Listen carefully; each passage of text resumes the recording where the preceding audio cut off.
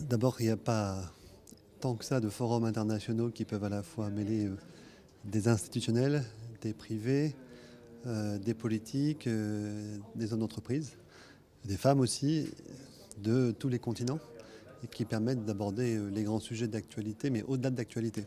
C'est-à-dire l'intérêt quand même du forum, c'est d'aller assez loin dans les problématiques, avec un temps d'échange, un temps d'écoute.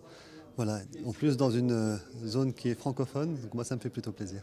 Les gens qui viennent parler au forum en général ont des messages à délivrer, ont des expériences à partager et souhaitent aussi se confronter aux autres. Et voilà, et ça s'organise. Parce que spontanément, quand il n'y a pas de structure pour le faire, eh bien ça ne se fait pas. Donc moi je remercie le forum pour le faire. Naturellement, c'est des points de départ.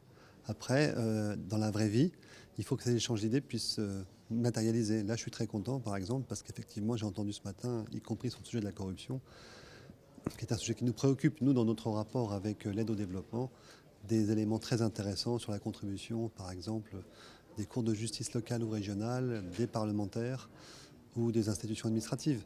Ça me donne des idées pour notre propre action. Bon, moi, je viens témoigner d'une expérience, d'un projet en cours, qui est comment rendre l'aide internationale plus efficace, à la fois dans le domaine de l'aide civile et de l'aide militaire, à travers un renforcement de la gouvernance qui passe par un rôle des parlementaires plus collectif, plus engagé et plus précis, à la fois parlementaires des pays contributeurs et parlementaires des pays bénéficiaires.